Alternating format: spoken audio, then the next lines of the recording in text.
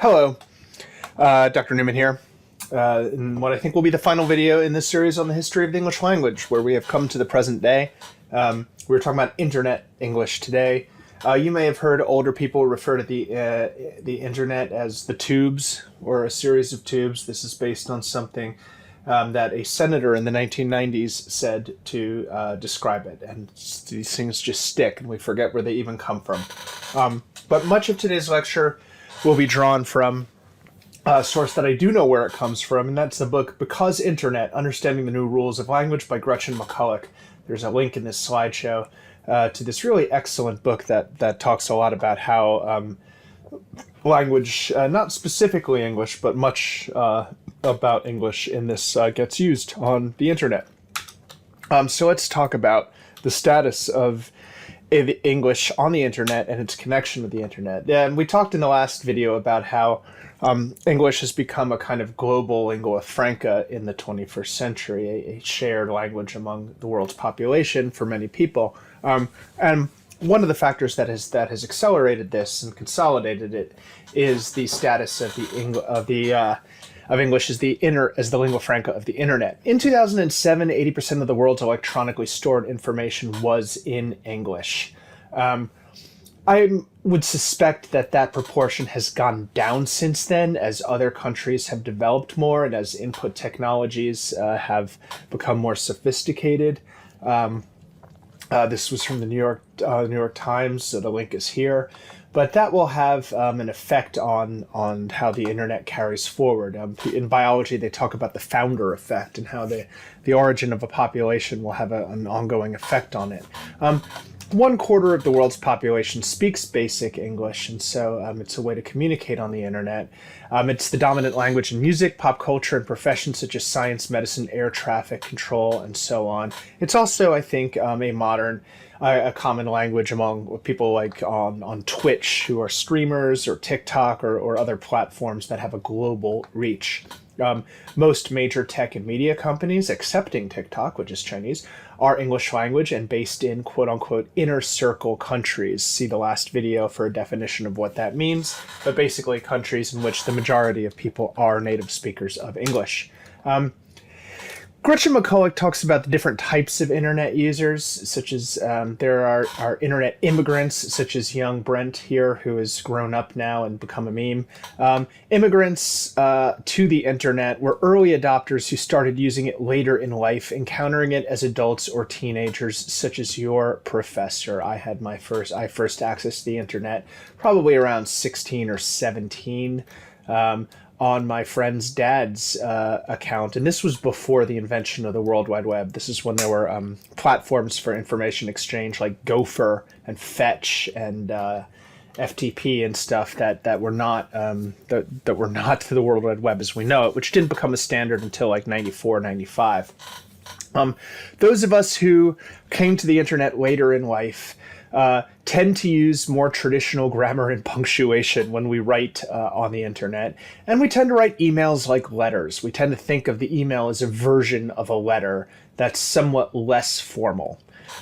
Those people who are native to the internet, who grew up with the internet as an integral part of their life and have been immersed in online culture from a young age. First of all, I'm very sorry. I hope that hasn't deformed you too much. I'm just kidding. But, well, kind of. Anyway, but those who grew up tend to write emails like SMS text and see the email as a kind of more formal version of a text. And this creates sort of a disjunction between the two. And there's also kind of a disjunction between these two groups and how people text too. You know, the famous way that, you know, boomers use their thumbs up emojis, which seem weirdly passive aggressive to younger people, as I just learned a couple of years ago. There's been a shift within the internet natives in the last few years from millennials, whose early experience was primarily through computers. The family computer, and the AOL and all that, to Gen Z, whose experience has been more based in mobile platforms, phones and tablets and stuff like that. It's just a different way of accessing the internet and thinking about what it is. Another distinction we can make between types of internet users doesn't have to do with whether they encountered it earlier or later in life, but how how intensely they live on the internet. And there can be both immigrants and natives who are either residents or visitors, right? These groups do not correlate with each other. You can have immigrants who are extremely online, and then you can have people who grew up with the internet who are not. Residents of the internet, as McColloch describes them, are those with a strong continuous presence online, who are immersed in internet subcultures, who have meaningful connections with people they only know online, unique online identities, and are familiar with internet-specific languages, memes, and online etiquette. There are certain platforms, of course, like Tumblr or Reddit or Discord, that seem to be inhabited more by residents than visitors, and have more of what sociologists call an insider discourse, where you have to kind of know how people talk or you're completely lost. And then there are those who are visitors to the internet, who have a more limited and occasional presence on the internet, who view the internet as a tool or resource for specific tasks, not for socialization or self-expression. You know, I need to do banking, I need to book airline tickets, I need to post on a discussion board for my online class because my professor's making me do that once a week.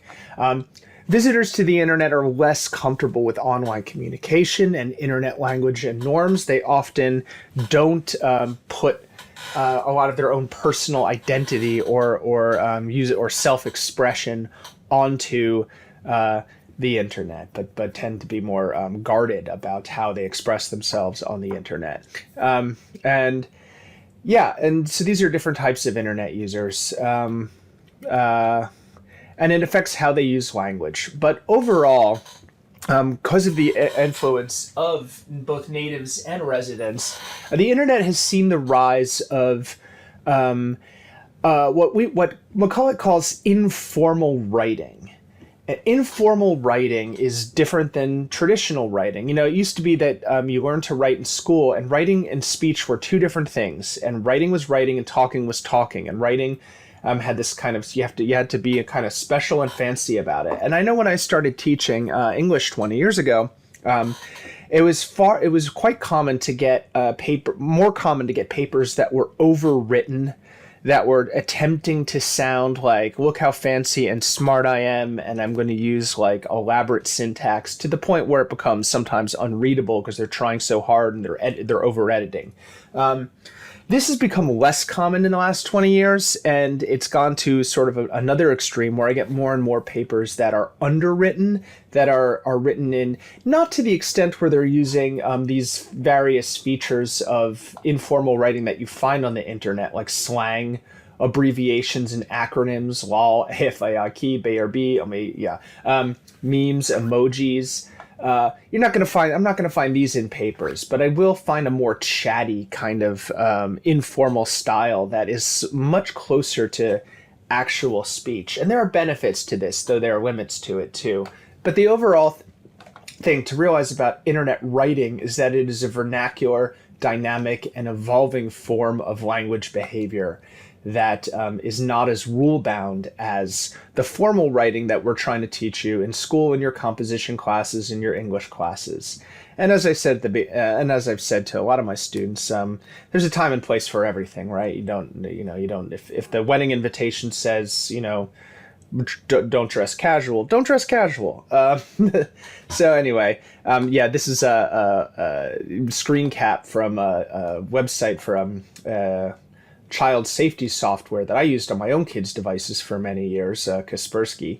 And there's this internet slang for parents to keep an eye on, and so there's things that these things mean. There has of course been a very hilarious there's a Twitter trend a few years ago of various parodies of this, like, what do these acronyms mean? And like there was one for like medieval studies, really nerdy stuff. Yes, as you can tell, I am a bit of an internet resident because I'm talking about Twitter trends from a few years ago, but there are people who are way more extremely online than me. McColloch talks about emojis extensively as serving the function of gestures, as giving warmth to speech. And of course, this informal writing also entails different rules about punctuation as well. I remember about 10 years ago, a friend of mine who was only about 5 years younger than me telling me that I always sounded angry in my texts because I would put periods at the end of my sentences. And I was like, oh, what? So, over time, I've learned that I don't want anybody to think that I'm angry at them. And so I've stopped doing this, and I've also can kind of code switch myself, though, so that when an older relative texts me and they put in a period at the end of something, or they do a thumbs up, I know they're not being angry or sarcastic.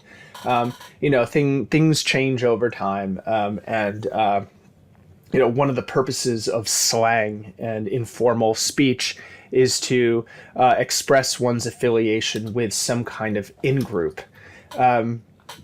So another development from the internet that's more recent and that McColloch doesn't talk about, but which is really just, I think, one of the kind of emergent aspects of what's going on with the internet and the English language is the emergence of search engine optimization and quote-unquote algospeak.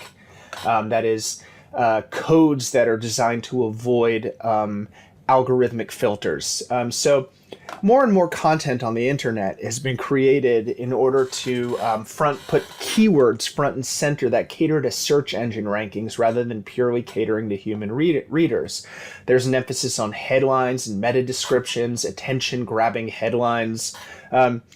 One thing that I learned recently is that human trafficking, I think, is a real thing, but it's also being driven. The interest in kidnapping is being driven by the fact that kidnapping seems to do very, very well in algorithms and search engines, and seems so people will make content about it, which sort of can accelerate a moral panic over very particular topics, which is in some ways kind of contributed in various ways to the overheated and contentious political culture of the 2020s. I've heard this decade referred to as not the roaring 20s, but the raging 20s. Everyone's angry. Another effect of search engine optimization is increasingly concise, simple writing, but also literacy levels have been in continuous decline since 1992, and this is just a simple, I think, function of the fact that people read less. Sad but true. But to me, it's sad because I'm very attached to writing. There's also been the increased use of headings, subheadings, bullet points, which make the content of any particular piece on the internet more susceptible for scanning and reading by intelligent agents, for bots that crawl through the web and look for things. SEO has influenced online discussions, of course. There's the trend chasing that you find for the For Your page on TikTok, which I think, I talked already about how anything that involves kidnapping or human trafficking will go straight to the top of the list. There are other things, of course, that will do this. There was a funny bit by the comedian Eliza Schlesinger on her Instagram, actually, where she did a post that was just all words from the SEO, which you can go look it up. It's very funny. But this has kind of intensified certain things that emotionally activate people, contributing to what used to be called flame wars and more recently shitstorms.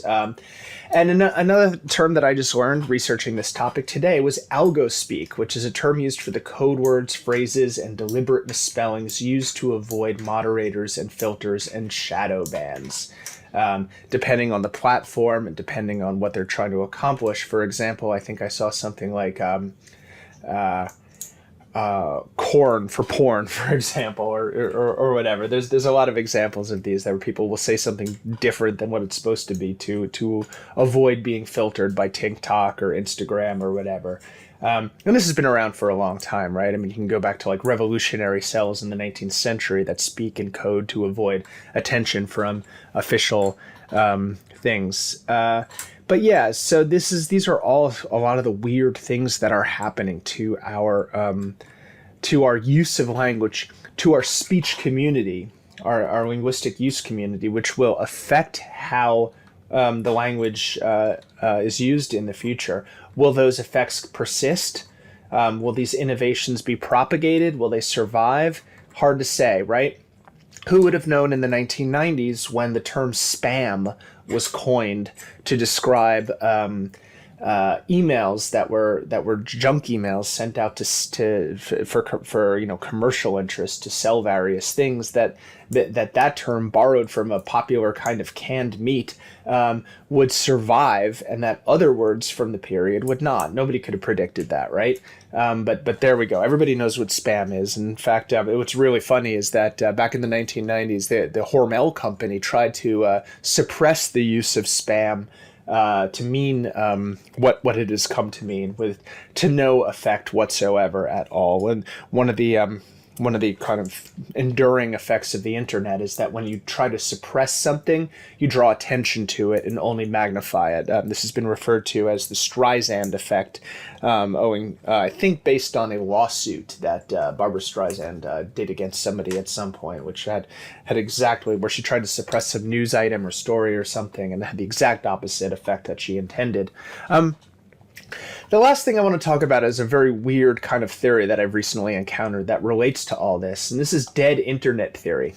This is the idea that AI and bot-generated content manipulated by algorithmic curation is drowning out content made by humans for humans. That search engines are growing increasingly unusable due to search engine optimization. I did one of those things where I this is a pet peeve that people talk about at the beginning of this class a lot, where you have something from an acronym that's repeated. Oops, sorry about that.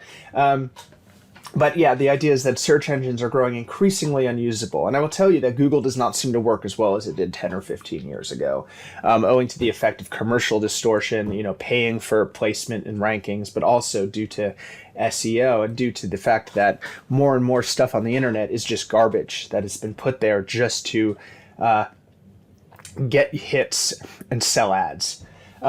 What will the effects then be of what we call AI, large language models like ChatGPT and things like that? How will this accelerate this trend?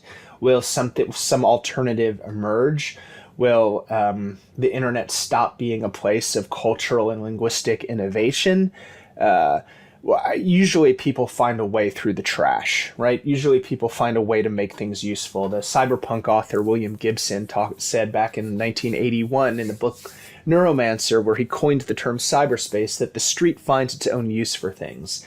And, convincing natural language speech generators like ChatGPT are in their infancy right now, and they've just reached the point where they're useful and commercially viable, and everybody's in my profession, which is teaching people how to write and read, is in a bit of a panic about how machines that generate text and read text are going to transform our industry. We don't know. Of course, my own panic here is manifested in this image of a Terminator foot crushing a skull. But, generally things are neither as utopian as some people predict or as catastrophic as other people predict. We tend to just muddle along through the middle. And through it all, the English language has survived for 1,000, 1,500 years. It will continue to survive. It will continue to change. It will continue to be a medium of communication, of expression, of community building, despite the noise that is generated by machines that can talk like us. At the end of this series, or at the end of this video specifically, I'd love to ask what I have missed. This is, in talking about internet English, obviously I can't take in everything in this huge topic. I just have an example here of a online, I think this is from Tumblr, Discourse about the term small, which is like a cutesy way of saying small. And this guy says, also, guys, I think it's time to start spelling small right again. It's been long enough. And then somebody makes writes a little mini essay about how small is a term that's distinct from misspelling, in which they discuss semantic drift and in quite a technical way. And this is the kind of ridiculous thing that you will find on the internet that makes it continue to be a pleasure for some of us and bewildering to others. In any case, I hope you've enjoyed this, and I hope you've enjoyed this series if you've made it this far. Let me know what I missed in the comments sections. Let me know what kind of content you'd like to see in the future. Like and subscribe. All right? Thanks very much for listening. Bye.